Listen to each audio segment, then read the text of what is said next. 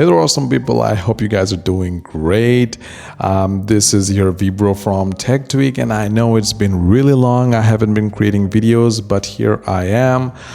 In this video, I'll teach you how you can solve the problem of thermal throttling. Let it be your laptop or your computer. In this video, I'll teach you how you can reduce the problem of ThrottleStop, reduce the problem of thermal throttling completely or to a certain extent. So if this is the first time you're watching my video, then please do consider subscribing, as less than 3% of you amazing people are subscribed to my channel, which is something very unfortunate, but still, here I am.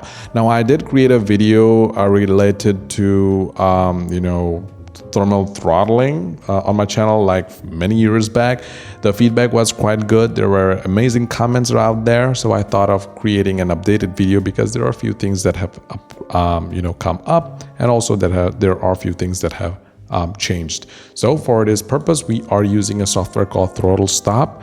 Before moving ahead, this software does tweak with your system, so make sure you use it on your own risk. There might be some probability that it might just make some problem with your system, so make sure you use it on your own risk. And also, this is only working for Intel users. If you're using AMD processors, watch another video. This is not going to work for you. So the tool that I'm using is ThrottleStop. So make sure you go to my video description and then download and install the latest version, stable version that is available. For me creating the video, it is 9.7. And once you open the tool, make sure high performance is enabled, BD Pro chart is enabled, speed step is enabled, and C1E is enabled. These are the few options that you need to enable. There are other options that are important, but we'll get to it later. Once you have enabled all these options, go to FIVR. You just click on it and you will have this screen. Don't freak out. We just need two settings here. Make sure you are in CPU core. And before that, make sure you are in OK, save voltages immediately. Make sure you enable it and click on apply. And then you go to CPU core and then click on unlock adjustable voltage and set a value of around 100, minus 100 millivolts. For me, it is 140. Even for you, it will be different. It depends on your processor that you're using. For me, I'm using my it's a 10th gen i5 processor. If you don't trust me, I can just go to my performance and you can see it is the Intel Core i5-10400F processor. It can go up to 4 gigahertz. It's a hexa-core processor. So yeah, for you, it might be different. So make sure the best rule of thumb is start from minus 100 millivolts. If you're seeing that your system is stable, then try going a bit more, like a bit reducing the voltage. That's what I mean. Try 100 millivolts. If it is stable, then try 120, minus 120. If it is still stable, you get the point. Keep on reducing the voltage. It's just you're feeding less power to your processor, and in return, you're gonna get better performance out of the system or the processor because there is less heat generated. All right. Once you have done minus 100 millivolts, do the same thing for CPU cache. Make sure you click on unlock adjustable voltage and then set minus 100 millivolts and click on apply and OK. And make sure ThrottleStop is running in the background and just minimize it and then enjoy your game or your productive task or whatever you're doing, and check your temperatures. And I'm pretty much sure that there will be a significant improvement while you are after you have done this thing. But still, if you have done all these things, you have reduced the offset voltage to 100 millivolts or maybe lesser like mine, minus 140 millivolts, and still you are facing thermal throttling, then this process is for you. But if you are happy with the performance, then there's no need to do this process. But if you are not happy with your performance, then of course this process is for you.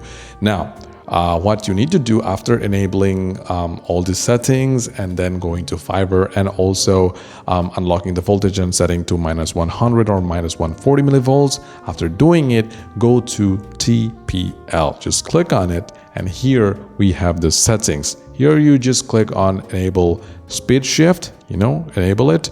And for you, this minimum and maximum Range will be different depending on your system. For me, as it is 43, let's try to reduce it by maybe 35. For you, if you have 40, then try using 30 or stuff like that. Just reduce it by maybe 10 points, 10 multipliers, and then click on apply and OK. What it will do is that it will limit your processor to run at a specific speed. For example, my processor runs at around, when it is on load, it runs at 4 gigahertz. Right now, after doing this step, my processor will be limited to around 3.5 gigahertz or stuff like that. If I go to TS Bench and click on the start button, you can see I am getting around 3.5 gigahertz speed from my processor. I am reducing my clock speed to improve my thermals. After doing it, you just go ahead and enjoy your game. Just try playing your games and I'm pretty sure it will improve. Now people might say you are reducing the speed, even my games will suffer. Well, try it out. Maybe there will be few frames less. If you were getting 200 frames per second when you're playing your video games, right now you will get 150 frames per second, but this 150 will not go down or there won't be any spike or whatsoever. You will get a stable performance if your temperature is less than 100 degrees or 80 degrees Celsius. If it is around 70 degrees Celsius, you will get stable 150 frames per second, which is just amazing. But still, you did everything. Still, you are facing problem. There is no stable FPS that you're getting. You're getting really, whenever the temperature reaches 100 degrees Celsius, you're getting less performance. This is for the extreme users. Guys, just go ahead and disable the turbo, minimize it, play your game. It is that simple. You're gonna get less performance. Maybe around you're gonna get 70 FPS, but that 70 FPS will be guaranteed 70 FPS. There won't be any drops whatsoever. So make sure you go ahead and try all these steps that I've explained here.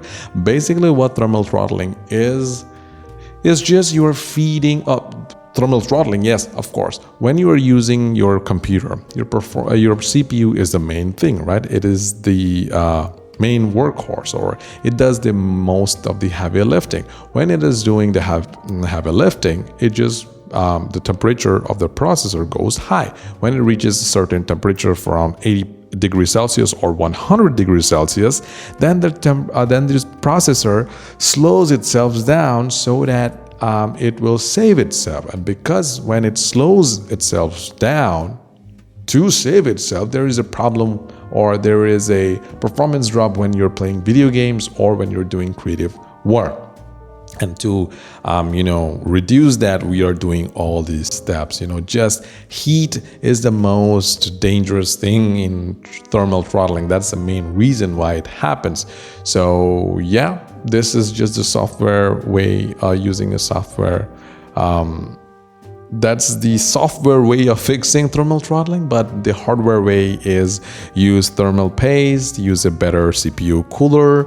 But if you're using a laptop, then then your options are very narrow. Software way is the best way for you. But if you're using a computer, if you're using a desktop, then of course try changing your stock cooler to a better cooler, and you will get better thermal performance from your CPU. Well, that's pretty much it for this video. If you have any doubts or any questions, please let me know in the comment box down below. This is a Vibro signing out from Tech Week. I'll see you in the next video. Until that day, take care and I'll see you soon.